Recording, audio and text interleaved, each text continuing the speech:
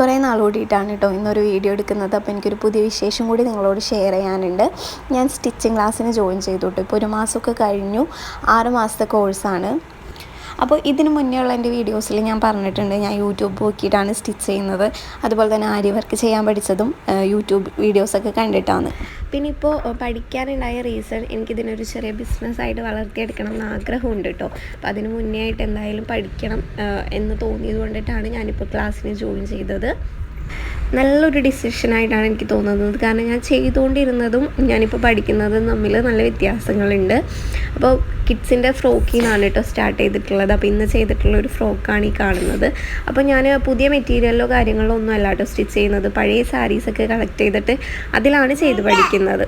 ഇപ്പോൾ പേജിലേക്ക് വേണ്ടിയിട്ട് കുറച്ച് മോഡൽസൊക്കെ ചെയ്യണമെന്നുണ്ട്. അപ്പോൾ ക്ലാസ്സും ഇതൊക്കെ കൂടിയിട്ട് മാനേജ് ചെയ്ത് വരുന്നതേ ഉള്ളൂ. അപ്പോൾ പേജിൻ്റെ ഡീറ്റെയിൽസൊക്കെ ഞാനിനി അടുത്ത വീഡിയോയിൽ പറയാം കേട്ടോ.